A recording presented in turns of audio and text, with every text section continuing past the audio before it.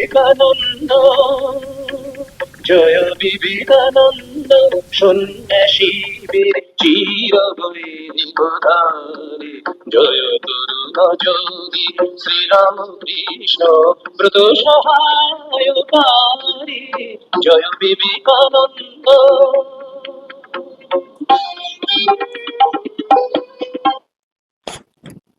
ओम नमः श्री यतिराजाय विवेकानंद सूर्याय सचित सुख स्वरूपाय स्वामिने तपोहारिणे।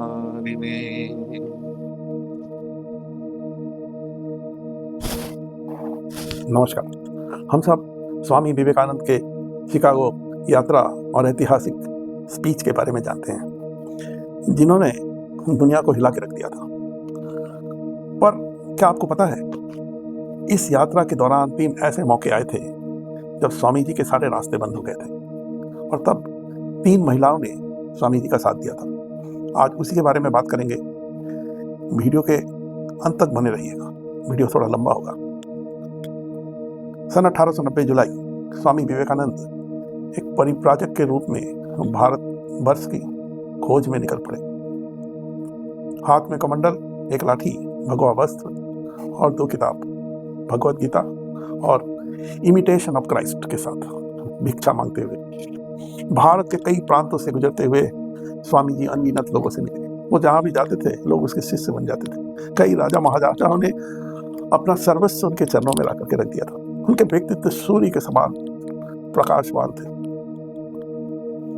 उन्होंने एक अंधकार में डूबा हुआ भारतवर्ष को बड़े करीब से देखा, जहां हिंदू धर्म अपना अंतिम सांसें गिन रहा था। गरीबी, भूखमरी, धर्मांतरण, भेदभाव से लाखों लोग तड़प रहे थे। उस दौरान कई लोगों ने स्वामी जी को पार्लियामेंट ऑफ रिलीजन शिकागो में शामिल होने का आग्रह किया था, पर स्वामी जी के मन में शंका था। आशीर्वाद के लिए गुरु श्री राम कृष्ण नहीं थे। हालांकि उनके गुरु हमेशा कहा करते थे, नरे तुम्हें लोगों को शिक्षित करना है, ये वेदांत का संदेश विश्व के मंच में प्रतिस्थापित करना है।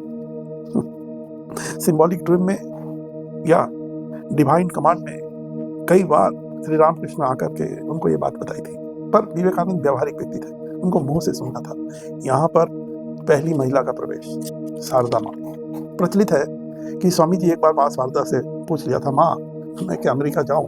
माँ रसोई में थी, उन्होंने कहा नरेन वो चाकू पकड़ा दो मुझे। फिर नरेन ने चाकू दिया और माँ ने कहा ठीक है तुम चले जाओ, और कहा मैं देखना चाहती थी कि तुम तैयार हो कि नहीं। तुमने चाकू का नोक अपनी तरफ रखा और लकड़ी का हिस्सा मेरी तरफ रख दिया। प्रेम के संदेश के लिए जरूरी है, ये त्याग का प्रतीक है। माँ के आशीर्वाद के पश्चात स्वामी जी का शंका का निवारण हो गया था और उन्होंने अमेरिका जाने का मन बना लिया। स्वामी जी के शिष्य द्वार द्वार जाकर भिक्षा मांगने लगे और लगभग 4000 रुपए का इंतजाम हो गया, जिसमें एक जहाज का टिकट और रहने खाने के लिए कुछ पैसे। हालांकि खेतरी महाराज ने उस 2nd क्लास की टिकट को 1st क्लास में तब्दील कर दी थी। स्वामी जी 31 मई 1893 में SS पेनिसुला जहाज से बॉम्बे से निकले। कोलंबो, सिंगापुर, हांगकांग, जापान होते हुए वो कनाडा पहुंचे और फिर ट्रेन से 30 जुलाई 1893 संडे के दिन वो चिकागो शहर पहुंचे। एक सन्यासी और अपरिचित शहर, यहाँ उनके लिए कुछ और इंतजार कर रहा था। यहाँ लोगों ने बताया कि नामांकन समाप्त हो चुका है और रिकमेंडेशन चाहिए पार्लियामेंट ऑफ रिलीजन में हिस्सा लेने के लिए। एक बार फिर स्वामी जी के सपने बिखरने लगे। इधर चिकागो शहर महंगे होने की वजह से पैसे बहुत जल्दी खत्म हो रहे थे। अब वापस लौटने के अलावा कोई और रास्ता नहीं था, पर स्वामी जी बहुत धीर स्थिर व्यक्ति थे। उन्होंने सोचा कि कुछ दिन रहकर फिर जाया जाए। उनको पता चला कि शहर से दूर वेस्टर्न शहर है, वो रहने खाने के लिए थोड़ी सस्ती है, तो एक ट्रेन पकड़कर वेस्टर्न शहर की तरफ निकल गए। वेस्टर्न जाते समय फिर कहानी पलटी। यहाँ उनकी मुलाकात फिर एक महिला से होती है, उसी ट्रेन में, जिनका नाम था मिस कैटे सनबॉर्न, जो कि अमेरिका की प्रसिद्ध लेखिका थी और एक शिक्षिका थी। वो ट्रेन की मुलाकात में ही स्वामी जी से बड़े प्रभावित हो गए और फिर स्वामी जी के बारे में उन्होंने सुना, तो उन्होंने रहने के लिए इंतजाम कर दिया। उनका एक फार्म हाउस था छोटा सा। उन्होंने स्वामी जी को कहा कि आप वहाँ रहिए। स्वामी जी के पास पैसे भी नहीं थे। स्वामी जी ने उनका आश्रय स्वीकार किया और वेस्टर्न शहर में रहने लगे। कुछ ही दिनों में स्वामी जी वेस्टर्न में एक परिचित चेहरे बन चुके थे। लोग उनको सुनने आते थे। तो उसी दौरान हार्वर्ड यूनिवर्सिटी के प्रोफेसर जॉन हेनरी राइट से उनकी मुलाकात हुई। स्वामी जी के विचार सुनकर जॉन हेनरी राइट अचंभित हो गए। उन्होंने कहा कि स्वामी जी, आप पार्लियामेंट ऑफ रिलीजन में हिस्सा क्यों नहीं लेते? स्वामी जी ने कहा, मेरे पास परिचय नहीं है और रिकमेंडेशन भी नहीं है, कोई रिकमेंडेशन लेटर नहीं है।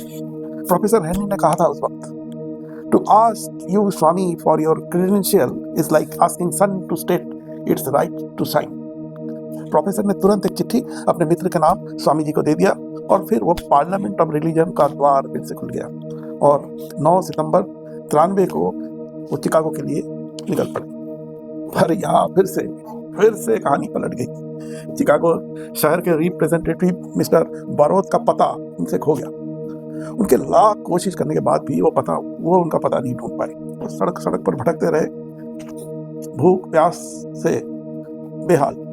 उस रात उन्होंने मालगाड़ी के डिब्बे में गुजारा। अगले दिन सुबह वो फिर निकले शहर ढूंढने के लिए, फिर भी कुछ नहीं हो पा रहा था। फिर स्वामी जी चिकागो शहर में भिक्षा मांगने लगे, पर उस वक्त अमेरिकी लोग इसका समर्थन नहीं करते थे, तो स्वामी जी को कुछ भी नहीं मिला और वो थक हार कर एक बड़ा सा भवन के नीचे जाकर के बैठ गए। फिर चमत्कार होता है। यहाँ पर उस घर की खिड़की खुलती है और दरवाजे से एक महारानी की तरह महिला निकल के आती है। वो थी मिस जॉर्ज डब्ल्यू हेलेन। कुछ प्रारंभिक बातचीत होने के बाद वो स्वामी जी को बड़े आदर के साथ अपने घर ले जाती है।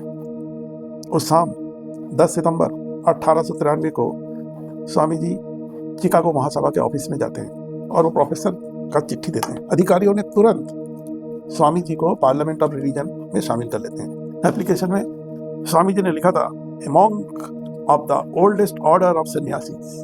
1893 11 सितंबर 10 घंटियों के साथ 10 धर्मों का पार्लियामेंट ऑफ रिलीजन का आगाज हुआ था और फिर इतिहास बन गया।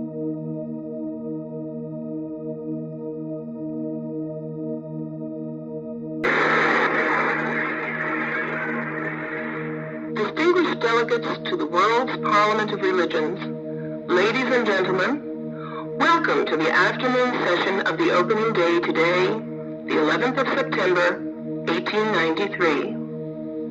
We now introduce you to Swami Vivekananda from India and request him to address us. Swami Vivekananda